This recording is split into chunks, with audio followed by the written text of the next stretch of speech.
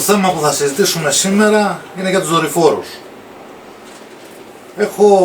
Λαμβάνω τηλέφωνα καθημερινά από ανθρώπους που ασχολούνται με το χόμπι της χρυσοθυρίας για να μου αναφέρουν ότι έχουν εντοπίσει κάποιοι γνωστοί τους μέσω ενός δορυφόρου κάποια σημεία τα οποία βλέπουν χρυσό ή βλέπουν κάποια θαμμένα αντικείμενα. Πάνω σε αυτό ήθελα να πω ότι αυτοί όλοι που επικοινωνούν μαζί μου και μου αναφέρουν για δορυφόρους αναφέρουν κιόλας ότι έχουν πληρώσει κάποιους πρώην στρατιωτικούς, πρώην αστυνομικούς, πρώην στρατηγούς, ναυάρχους. Τους έχουν δώσει κάποια χρήματα για τις υπηρεσίες αυτές. Εδώ θέλω να πω ότι σε καμία περίπτωση κανένας δεν μπορεί να επέμβει σε έναν δορυφόρο μέσα, ό,τι βάθμο και αν έχει, ας είναι στην ΕΕΠ, ας είναι όπου να είναι, γιατί οι δορυφόροι χειρίζονται από ένα πολύ μεγάλο αριθμό ανθρώπων, αλλά και συνθηκών και υπηρεσιών που κανείς από μόνος του δεν μπορεί να μπει και να αλλάξει την πορεία του ή να καταγράψει κάτι το οποίο θα το κάνει για προσωπική χρήση. Όπως επίσης κανένας δορυφόρος δεν μπορεί να δει το υπέδαφος. Έτσι. Για τους δορυφόρους που αναφέρουν τους στρατιωτικούς δεν μπορούν να δουν στο υπέδαφος αν υπάρχει κάποιο αντικείμενο. Το να δουν την επιφάνεια ή να δουν κάποιους άλλους λόγους στρατιωτικούς, ναι, μπορούν να το κάνουν. Όμως κανένας δεν έχει τη δυνατότητα το να μπει μέσα σε έναν δορυφόρο, να ελέγξει όλη την Ελλάδα και να σου πει ότι εδώ υπάρχει χρυσός, εδώ υπάρχουν λίρες, εδώ υπάρχει κάποιο κρυμμένο αντικείμενο. Αν θα μπορούσαν να το κάνουν αυτό το πράγμα, πρώτον δεν θα ζητάγανε λεφτά να το πούνε σε έναν άλλον και δεύτερον θα πηγαίναν οι ίδιοι να το πάρουν. Δεν υπάρχει σε καμία περίπτωση και το λέω εγγυημένα αυτό γιατί έχω δουλέψει με πολλούς οργανισμούς και αν όλοι αυτοί οι οργανισμοί δημόσιοι είχαν αυτή τη δυνατότητα, τότε δεν θα καλούσαν εμάς όπως και άλλους ερευνητές, δεν θα παίρναν αυτοί εξοπλισμό ανιχνευτές, γιατί υπάρχουν υπηρεσίες που έχουν αγοράσει ανιχνευτές, το να εντοπίζουν είτε νάρκες είτε οτιδήποτε. Θα πηγαίνανε με έναν δορυφόρο, θα βλέπανε που είναι το ναρκοπαίδιο και θα ξέραν ακριβώς το τι να κάνουν. Όλοι αυτοί λοιπόν που βγαίνουν σε διάφορες ομάδες και μιλάνε για δορυφόρους, μιλάνε για μια μυστική τεχνολογία που υπάρχει και τη χρησιμοποιούν μόνοι αυτοί, είναι ψεύδος μεγάλο, έχουν κάποιον απότερο σκοπό και σε καμία περίπτωση δεν είναι πραγματικά όλα αυτά. Έτσι λοιπόν και αυτοί όλοι που το παίζουν ειδικοί με τους δορυφόρους και ξέρουν να ελέγχουν τα σημεία και να βρίσκουν τα θαμμένα αντικείμενα, πουλώντας αυτές τις υπηρεσίες, είναι τελείως κατά την προσωπική μου άποψη ψευδές όλο αυτό, γιατί δεν έχουν τέτοια δυνατότητα και αν παρατηρήσετε όλα αυτά τα άτομα συνήθως το βιωτικό τους επίπεδο είναι πάρα πολύ χαμηλό, γιατί δεν έχουν ούτε την οικονομική δυνατότητα το να μετακινηθούν με τα μάξι τους, ας πούμε. Δεν έχουν ούτε τα καύσιμα να καλύψουν, αλλά παρόλα αυτά ξέρουν το που υπάρχουν θησαυροί και μπορούν μέσα από ένα δορυφόρο να βρίσκουν τα πάντα. Θέλω να είστε πολύ προσεκτικοί γενικά με όλους αυτούς τους ανθρώπους που εξ αποστάσεων σας λένε ότι μέσω δορυφόρων ή πληροφοριών μυστικών υπηρεσιών βρίσκουν τα πάντα και ξέρουν.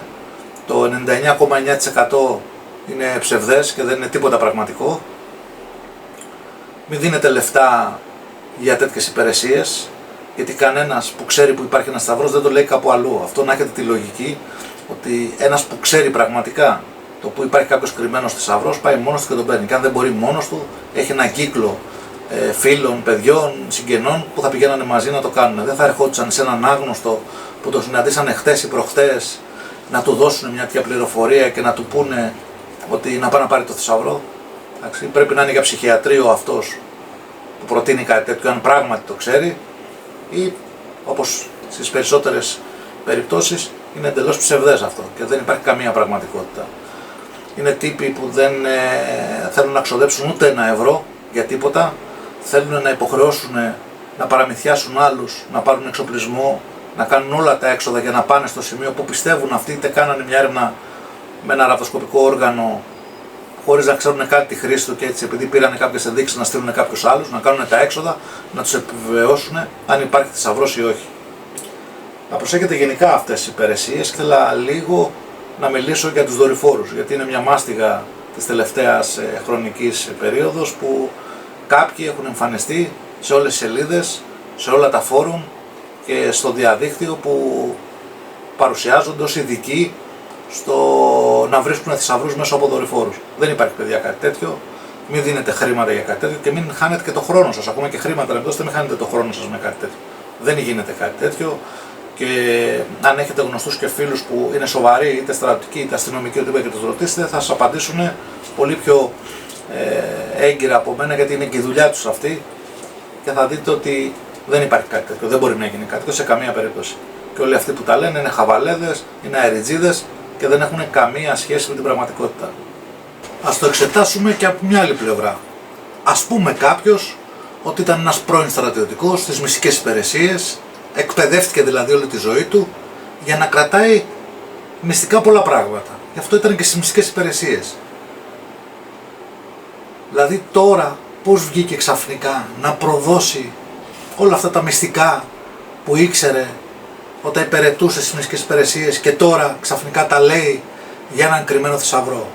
Και γιατί έρχεται σε εσάς να το πει, ένας πράκτορας εκπαιδευμένος να μην μιλάει και να κρατάει μυστικά σε όλη τη ζωή, έρχεται ξαφνικά σε εσάς να σας πει ότι μπορεί μέσα από ένα δορυφόρο να βρει που έχει το χρυσό για να πάνε να το πάρετε και να του δώσετε και το μερίδιό του. Δεν είναι λίγο παράλογο, αν το σκεφτείτε με τη λογική, πώς είναι δυνατόν κάποιος ακόμα και να έχει τέτοιες γνώσεις να βγαίνει έτσι δημόσια και να λέει ότι εγώ μπορώ να ελέγξω ένα δορυφόρο, ακόμα και αν μπορούσε, έτσι, που δεν μπορεί να το κάνει, και αυτό είναι εγγυημένο ότι δεν μπορεί να το κάνει. Δεν μπορεί ένα άτομο να μπορεί να χειριστεί έναν δορυφόρο όταν εμπλέκονται τόσες υπηρεσίες στους δορυφόρους πάνω. Το να χρησιμοποιηθεί ένας δορυφόρος για κάποιους σκοπούς στρατιωτικούς, είτε για αστυνομία, είτε για κάποιους δημόσιους οργανισμούς, μπορεί να γίνει, και γι' αυτό το λόγο το ξέρουμε όλοι ότι μπορούν να κάνουν πολλά πράγματα. Αλλά κάτω από κάποιες συνθήκες του κράτους, όχι ιδιωτικές, με ιδιωτικό συμφέρον. Αν ήταν έτσι, τόσο απλά τα πράγματα και μπορούσε οποιοδήποτε να μπει σε ένα δορυφόρο, γιατί βρέθηκε σε μια θέση τέτοια το να δουλεύει σε αυτές τις υπηρεσίες, θα ήταν όχι απλά καταστροφικό, αλλά και θα υπήρχε απειλή ακόμα και για την εθνική ασφάλεια του κράτους μας. Έτσι, όταν μπορεί κάποιος τόσο εύκολα να βγει και να χειριστεί ένα δορυφόρο. Πιστεύω ότι όλα αυτά τα άτομα έχουν έναν απότερο σκοπό, το να εκμεταλλευτούν κάποιους αφελείς που τα πιστεύουν αυτά, είτε για οικονομικούς σκοπούς, είτε ακόμα και για σκοπούς να το παίξουν ότι είναι παντογνώστες. Έχουμε δει στο παρελθόν πάρα πολλούς τέτοιους ανθρώπους που να μιλάνε για πράγματα τα οποία είναι απίστευτα και αδύνατον να συμβούν.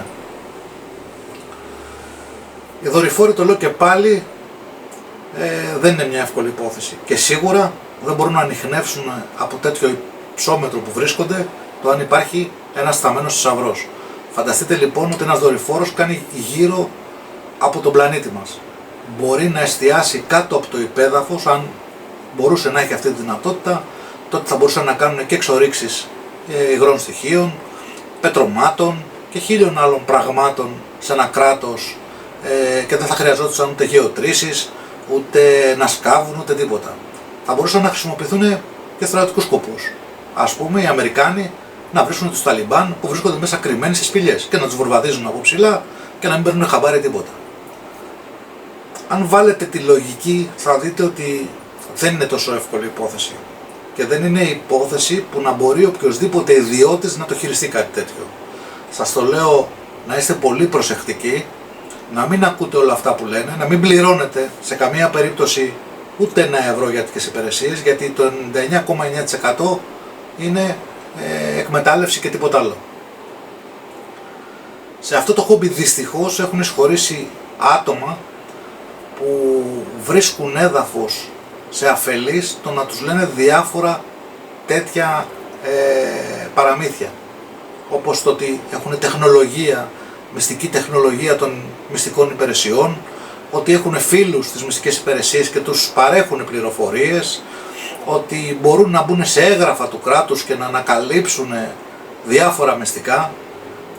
Όλοι αυτοί τα ακούτε μυστικές υπηρεσίες, κρατικά έγγραφα, απόρριτα και αυτά, κρατάτε μικρό καλάθι, Γιατί αν θα συνέβαινε κάτι τέτοιο και αυτοί οι άνθρωποι είχαν αυτή τη δυνατότητα, σίγουρα δεν τη δίνανε σε εσάς. Και δεν θα είχαν ένα σκοπό, δεν θα είχαν το σκοπό το να πάνε να βρούνε κάποιες κρυμμένες λίρες. Θα κάνανε πολύ περισσότερα πράγματα που θα είχαν πολύ μεγαλύτερο κέρδος.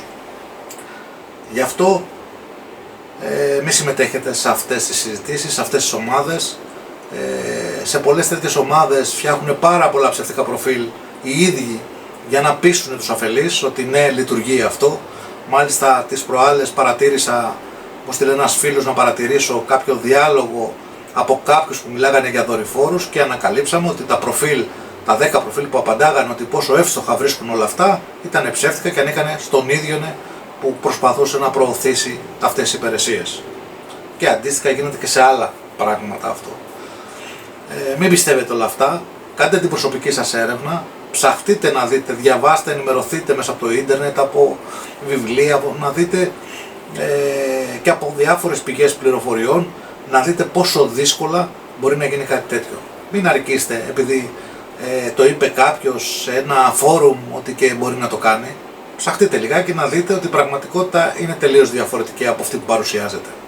Δεν υπάρχει λοιπόν, για να καταλήξω, κανένας τύπος που να μπορεί να χειριστεί δορυφόρους και να σας πει με ακρίβεια είτε κοντά στον περιβάλλοντα χώρο ότι υπάρχει κάποιος κρυμμένος θησαυρός. Σε καμία περίπτωση. Για να εντοπίσουμε ένα κρυμμένο θησαυρό, εδώ πάμε με τοπικά μηχανήματα και πάλι παιδευόμαστε και πολλές φορές είναι τέτοιες συνθήκες που δεν μπορούμε να φέρουμε εις πέρα στην έρευνα. Και αναγκαζόμαστε να πάμε και να ξαναπάμε στο φυσικό περιβάλλον και στο σημείο που πιστεύουμε ότι βρίσκεται ο θησαυρός. Για να εργαστούμε και να δουλέψουμε πάνω στο έδαφος πολύ σκληρά για να βγάλουμε ένα αποτέλεσμα. Αν μπορεί τώρα λοιπόν ένας τύπος ο οποίος και το βιωτικό του επίπεδο είναι πολύ χαμηλό να σας πει για μια τέτοια πληροφορία. Δηλαδή, αν αυτός είχε αυτή τη δυνατότητα, δεν θα είχε γίνει πλούσιος. Γιατί να έρθει και να ασχοληθεί με κάτι τέτοιο. Υποτίθεται ότι έχει όλες αυτές τις πληροφορίες, τα έχει βρει όλα αυτά και είναι πάμπλουτος που πλέον δεν χρειάζεται να ασχολείται με κάτι τέτοιο.